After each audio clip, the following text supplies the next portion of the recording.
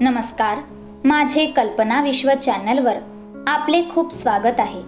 आजपासून तुम्हाला इथे वेगवेगळ्या कथा व्हिडिओद्वारे ऐकायला मिळतील। आज मी जी कथा सादर करते तिचे नाव आहे वेगळे रंग आयुष्याचे। वेगळे रंग आयुष्याचे, लेखिका पूर्वी पाटील, भाग 1।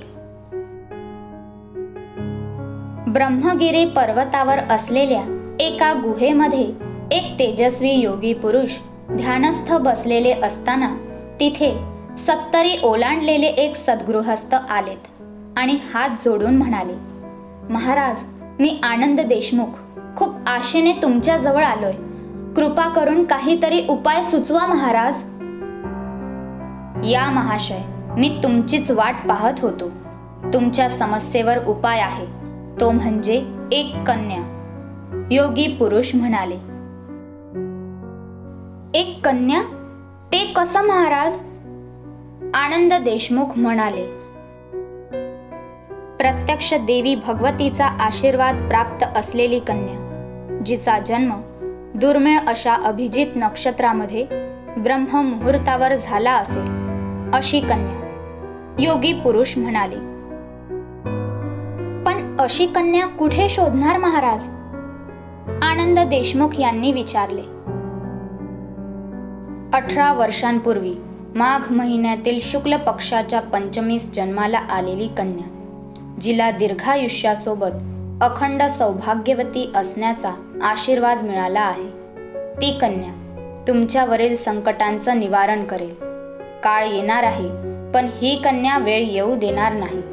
शोधा तिला, वेळ कमी आहे, या तुम्ही आता। हर हर महादेव। योगी पुरुष म्हणाले।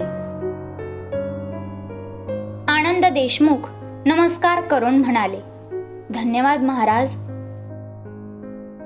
तिथून बाहेर पडल्यावर त्या गृहस्थांनी कोणाला तरी फोन करून महाराजांनी सांगितलेली सर्व माहिती दिली। ते सद्गृहस्थ म्हणजेच आनंद देशमुख, जे मुंबईतील प्रसिद्ध असे बिझनेसमॅन अविनाश देशमुख यांचे वडील। आनंद देशमुख यांना सर्व अप्पा म्हणून ओळखायचे। काही वर्षांपूर्वी त्यांच्या पत्नीचे निधन झाले होते। त्यानंतर त्यांच्या फॅमिलीत मुलगा, सून आणि 2 नातू एवढेच लोक राहिले होते आणि त्यातून अजून एक जण कमी होऊ नये म्हणून अप्पा वन भटकत उपाय शोधत फिरत होते।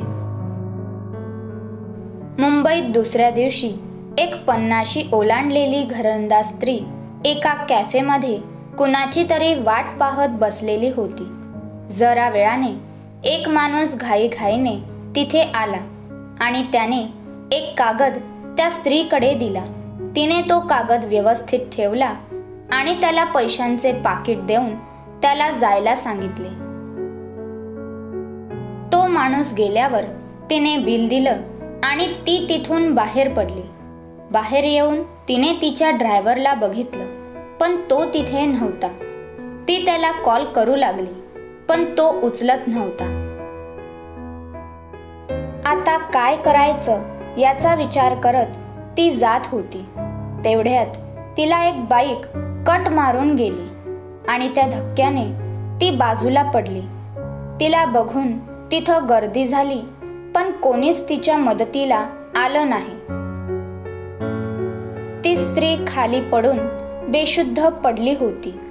तिथे गर्दी बघून 2 मुली तिथे आल्या। अगं दी, बघ ना, या आंटी बेशुद्ध झाल्या आहे, त्यांना हॉस्पिटलला न्यायला हवं, एक मुलगी म्हणाली। आजूबाजूला नजर टाकून ती मुलगी पुढे म्हणाली, काय माणसं आहेत, फक्त बघत आहेत, मदत करायला नको। चला निघा इथून, गर्दी करून आहेत विनाकारण। लोकांना सोड तू, ते फक्त तमाशा बघताय। तू रिक्षा बोलव पटकन, आपण यांना डॉक्टरकडे नेऊया, दुसरी मुलगी म्हणाली। त्या दोघी मुलींनी त्या स्त्रीला हॉस्पिटलमध्ये आणले। हॉस्पिटलमध्ये, सिस्टर सिस्टर लवकर इकडे या, त्या मुली म्हणाल्या.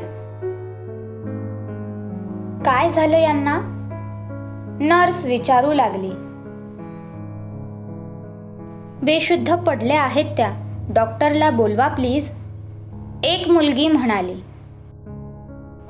हो हो रमेश, पेशंटला आत ने, मी डॉक्टरांना बोलावते.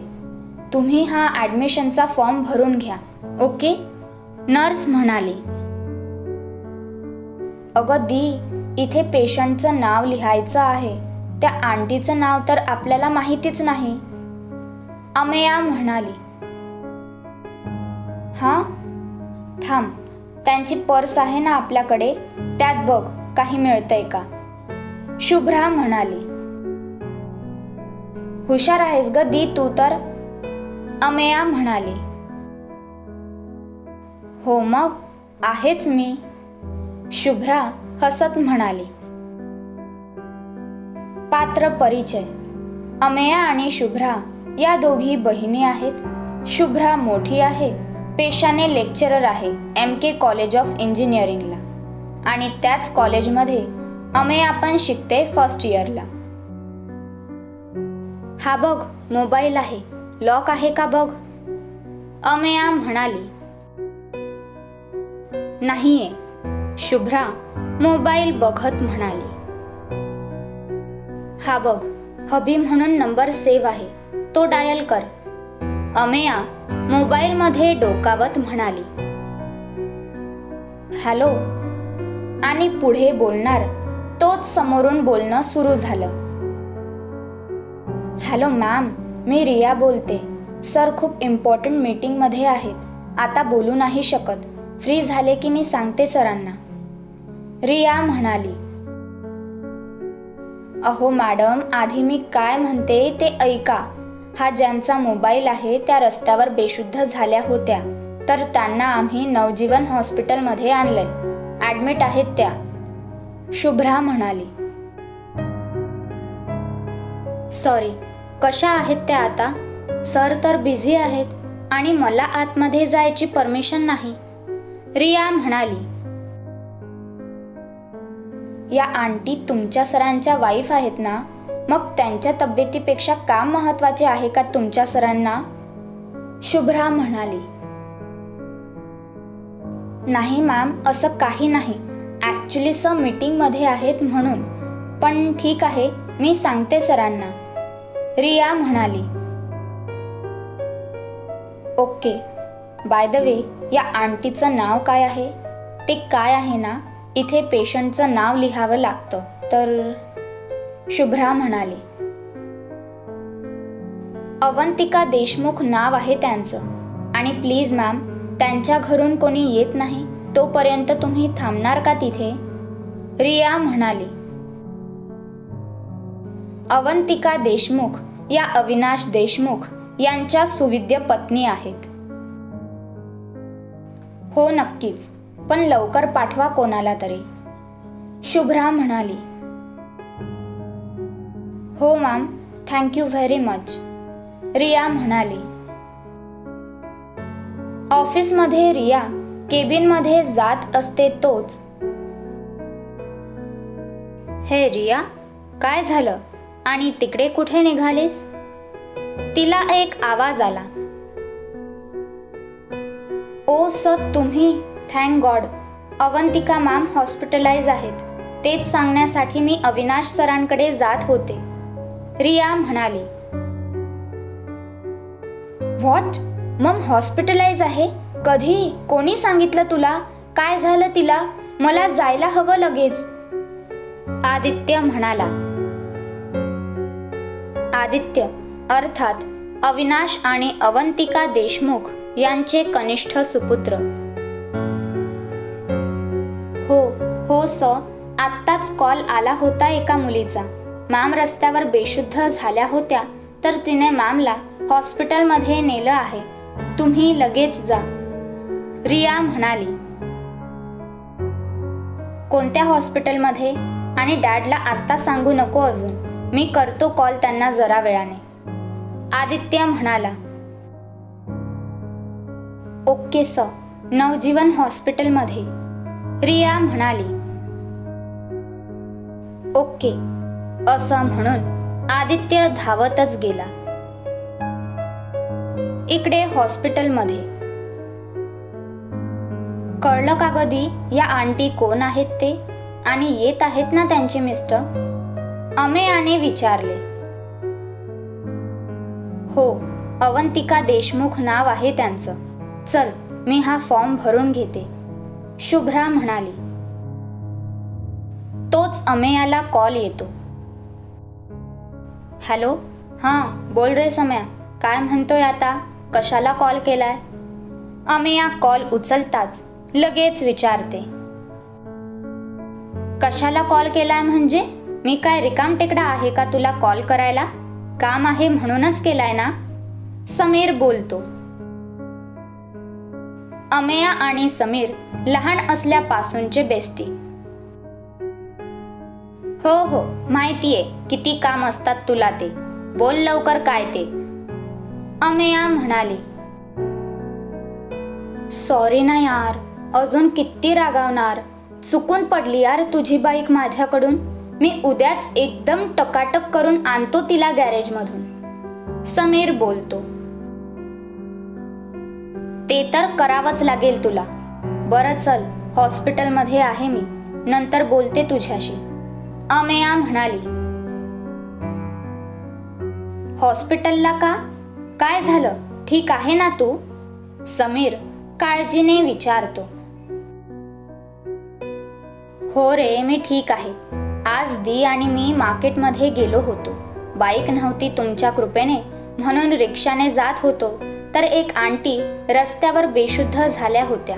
त्यांनाच आणलंय हॉस्पिटलमध्ये, अमेया थोडक्यात बोलली. ओके, दी आहे ना सोबत? मग ठीक आहे. कशा आहेत मग त्या आंटी आता? समीर विचारतो. डॉक्टर बघत आहेत अजून. ओके चल मग, बाय, अमेया म्हणाली. अगं बाय काय, थांब ना, ज्यासाठी कॉल केला होता ते तर राहीलच ना, समीर म्हणाला. बोल ना मग, अमेया म्हणाली. आपल्या प्रिन्सिपल सरांनी तुला बोलावलंय ऑफिसमध्ये अर्जंट, समीर म्हणाला आणि अमेयाच्या कपाळावर आठ्या पसरल्या. काय वाटतं मंडळी, प्रिन्सिपल सरांनी का बोलवलं असेल अमेयाला? आनंद देशमुख यांच्यावर कोणते संकट आहे? त्यांना ज्या कन्येचा शोध आहे ती कोण आहे? कळेल लवकरच, पण त्यासाठी तुम्हाला माझे चॅनल सबस्क्राईब करावे लागेल. पुढचा भाग ऐकण्यासाठी या व्हिडिओला लाईक, कमेंट्स नक्की करा. धन्यवाद.